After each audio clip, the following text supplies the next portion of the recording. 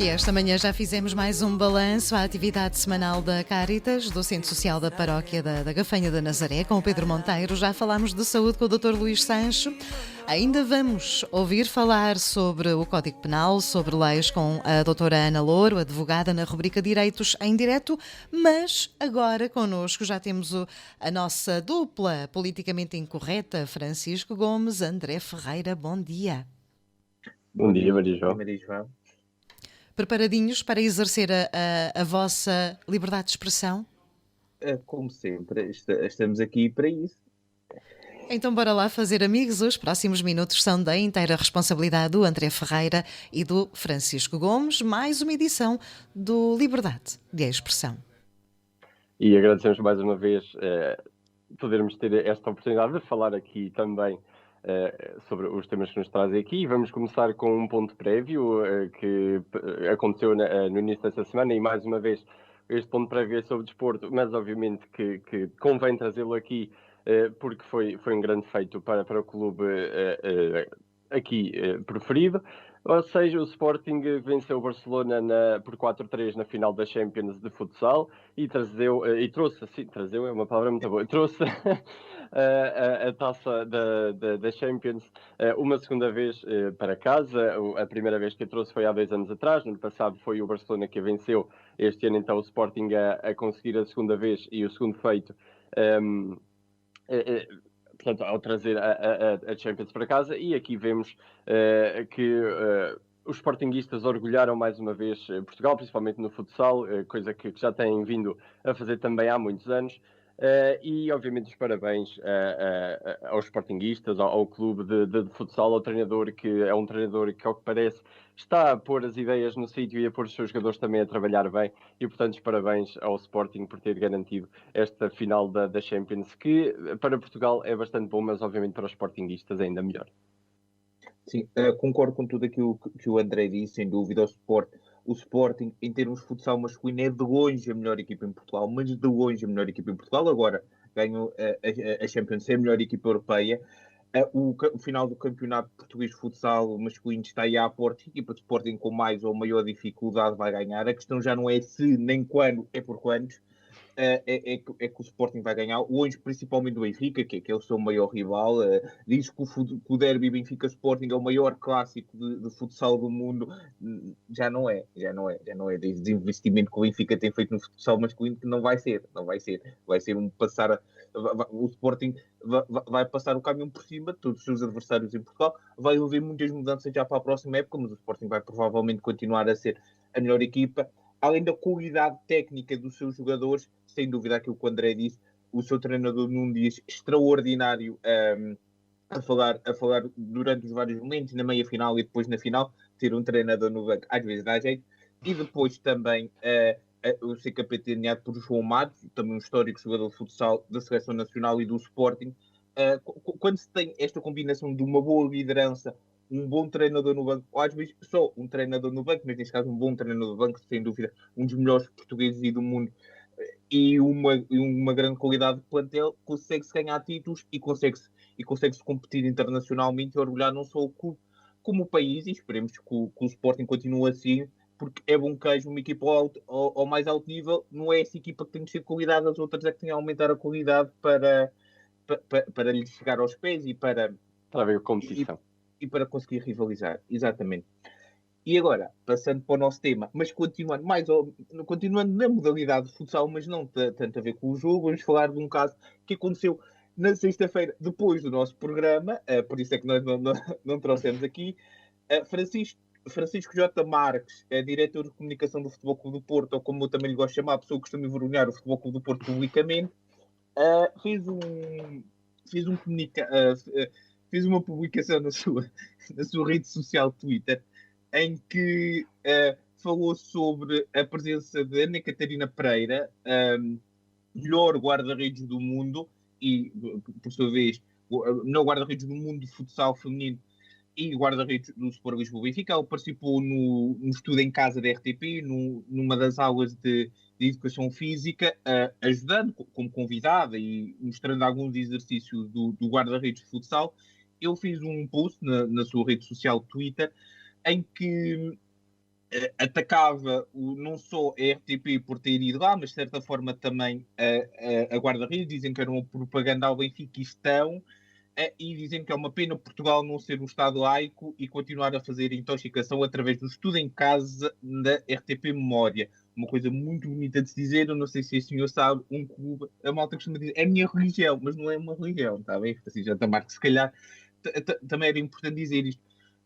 Além disto, desta atitude inacreditável, peço desculpa pelo barulho, mas está aqui um animal, está aqui uma gatinha que decidiu dar aso à sua revolta, Liberdade. à sua liberdade. Aqui, realmente muito, mas vamos prosseguir. Como eu estava a dizer, depois desta atuação e desta ação inacreditável de Francisco J. Marques, os adeptos do Benfica, que têm estado muito separados ultimamente e a discutir muito entre si ultimamente, uniram-se para defender a guarda-redes. Houve até alguns adeptos do Futebol Clube do Porto e do Sporting e de outros clubes que se uniram também para defender a guarda-redes. Mas no final o que aconteceu e o que me envergonhou e chateou ainda mais com esta história toda foi a inação do Benfica, que inacreditavelmente não tomou nenhuma atitude, não comunicou nada em relação a isto. Eu lembro quando foi a altura das eleições, Bernardo Silva falou como adepto e sócio do Sport Lisboa Benfica contra o Luís Filipe Vieira e o Benfica fez um comunicado. A comunicação do Benfica é horrível muitas vezes e na maior parte das vezes, e agora decidiu que só defende o presidente. É absolutamente inacreditável como é que isto pode acontecer. Eles ainda fizeram uma espécie de defesa ou uma espécie de coisa que eu ainda não tinha visto o Benfica a fazer, que era a defesa da semana, e deram na defesa do jogo do fim de semana de futsal feminino, uma grande defesa que ela fez, deram esse título. Foi uma espécie de resposta muito pouco para aquilo que o Benfica deveria fazer e deveria ter. Ana Catarina Pereira, eu já assumi que mais uma vez eu estou extraordinariamente fã dessa guarda-redes, mas acima de tudo ela é a melhor guarda-redes do mundo de futsal, é portuguesa, numa modalidade em Portugal que nem sequer é profissional. Ela é provavelmente, falando mais diretamente dentro do Benfica, mas ela é uma das maiores representantes das modalidades femininas do Benfica e portuguesas. Ela é um exemplo para centenas de jovens, milhares de jovens até diria eu, masculinos e acima de tudo femininas, sem sombra de dúvida, e é inacreditável como é que o Benfica não toma nenhuma ação para defender a sua guarda-redes. Uma guarda-redes que, além de tudo, é benfiquista, é importante dizer isto, ela é uma benfiquista assumido. E para os adeptos do Benfica, alguns que perguntaram o porquê da reação de tantos adeptos assim, desta forma, peço-vos que vejam um bocadinho de um jogo de futsal feminino da equipa do Benfica ou um bocadinho de uma entrevista da Ana Catarina Pereira, vão perceber o porquê desta atitude. Dizer que ela teve uma atitude sem dúvida melhor do mundo na resposta, ela apenas pegou na mesma foto que Francisco J. Marques pegou e disse: quero-vos agradecer a todos. Uma resposta com muito mais classe do que, admito eu, daria se estivesse na posição dela. Aqui a provar isso tudo, e gostava que a comunicação do Benfica, neste caso, acima de tudo, funcionasse de uma vez por todas, deixasse de defender o Luís Filipe Vieira, porque a única coisa que ele faz é envergonhar o clube e defender quem realmente protege e defende o Benfica, e também não esquecendo que é só uma das maiores atletas nacionais aqui atacada e o clube em silêncio. Exatamente, e aqui o Francisco a dizer tudo aquilo que se deve dizer relativamente a este caso. Obviamente que Francisco J. Marques de vez em quando deixa o cérebro no bolso ou no outro lado qualquer, esquece dele e depois diz estas barbaridades. Eu penso que numa outra altura, penso que um atleta, agora estou em erro, não sei se estou em erro.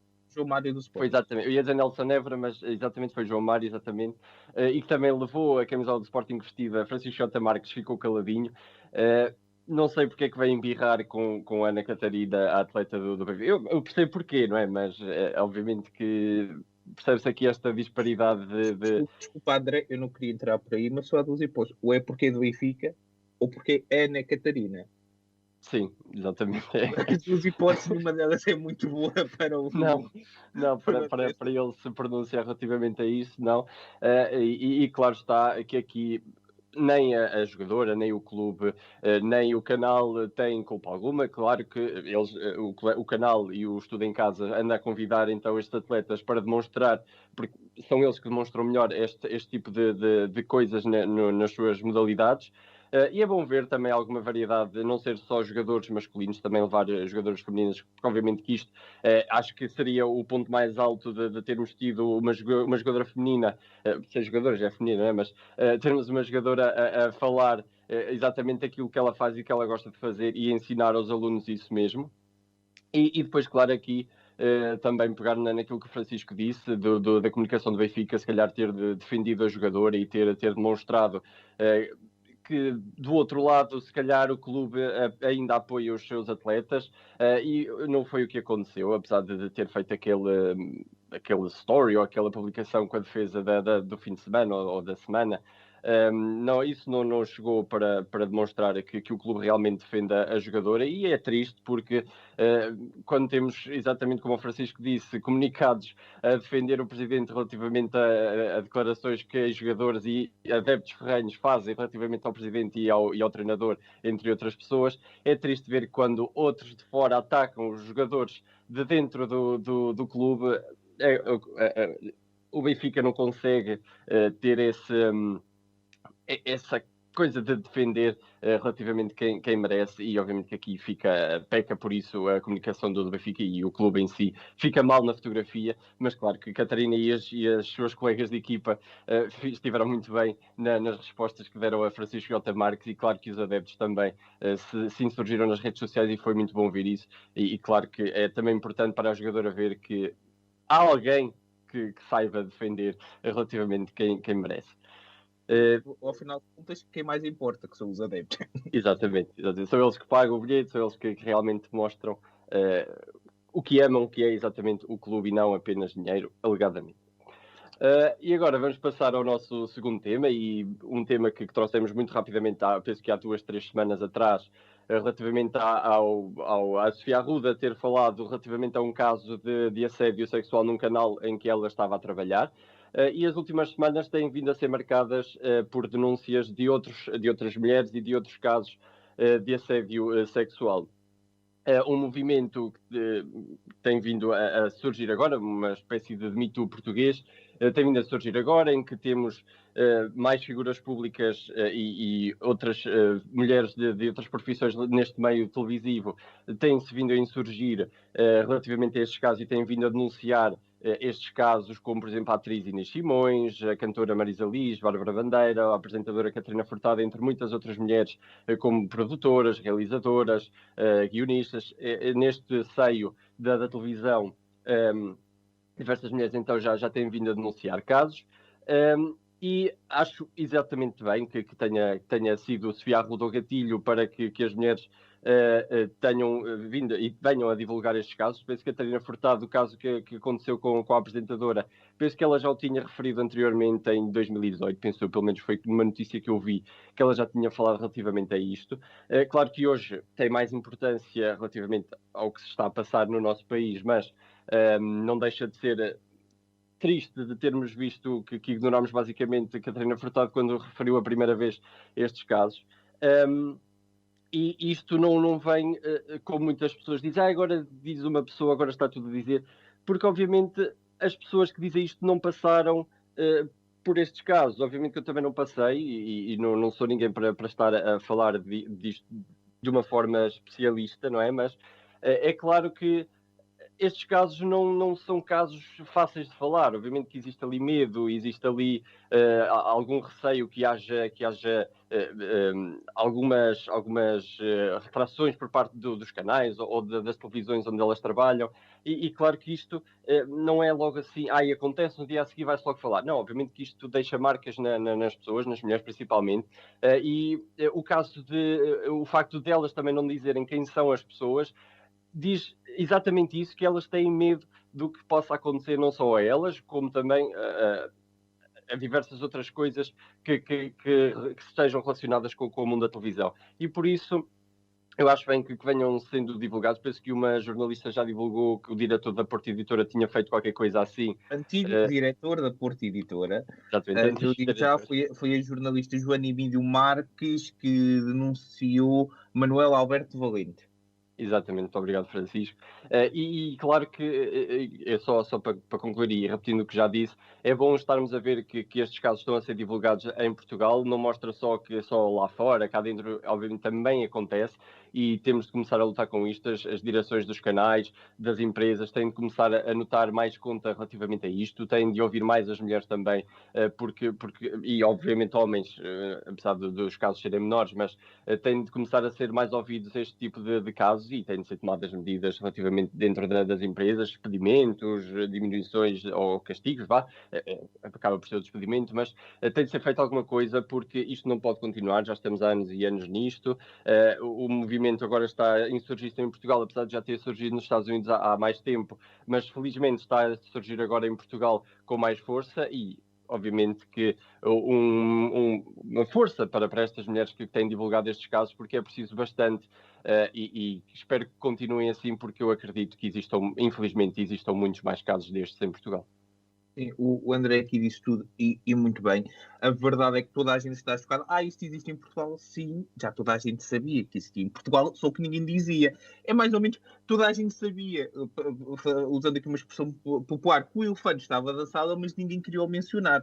E Sofia Arruda mencionou, e a seguir, e muito bem, começou toda a gente a falar nisso, e acho que é muito, muito importante. Eu acho que o movimento Me Too, espero que aconteça em Portugal, espero que aconteça em Portugal da forma como aconteceu nos Estados Unidos e em muitos outros países, de forma racional, lógica. Não vamos todos de um momento para o outro agora começar a disparar em todas as direções. Não, o que o movimento Me Too fez, esperou que as denúncias viessem a público, esperou para agir, leu os casos e depois agiu. Esperemos que seja assim que também aconteça em Portugal.